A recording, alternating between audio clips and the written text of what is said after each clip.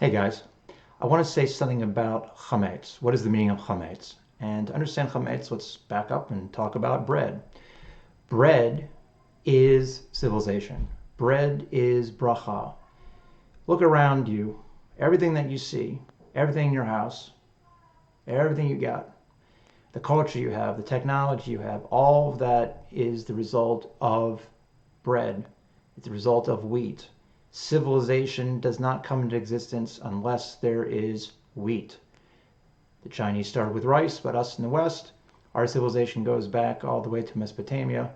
And if you go back thousands of years ago, it's only when people start cultivating wheat that civilization becomes possible. It's only then that people have stores of food and leisure to start creating more than a life of hunting and gathering. And so all the good things that you have are the product of the city life that developed in the aftermath of the cultivation of wheat. Egypt is civilization. And there are tremendous good things that come out of Egypt, and that's why you study about Egypt in your history classes. They're an incredible civilization. But at the heart of all the goodness of Egypt, there is a rot. And that rot has been with civilization as long as it's been in existence. First, as soon as there is civilization, there is slavery. There are people who are dominating other people. All kinds of corruption, injustice, all kind of suffering comes into the world as a result of civilization. So civilization brings us a lot of good things. Civilization also brings us suffering and misery. That's the chametz. That's the rot. There is, and if you don't know how bread is made, today you can just buy yeast in the store, but once upon a time you depended upon sourdough.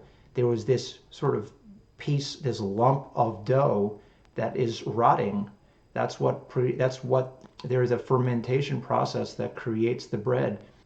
Bread is an image of civilization. It is an image of bracha, in which at the heart there is klala. There is something gone wrong. On Pesach, we want to leave that behind.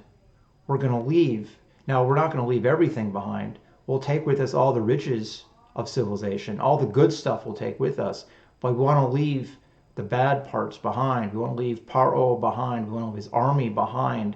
We want to leave slavery behind. All the rot in civilization, that we're leaving behind. And we're heading to Eretz Yisrael. We're heading towards matzah. Matzah is an image of bracha without the rot, without the corruption.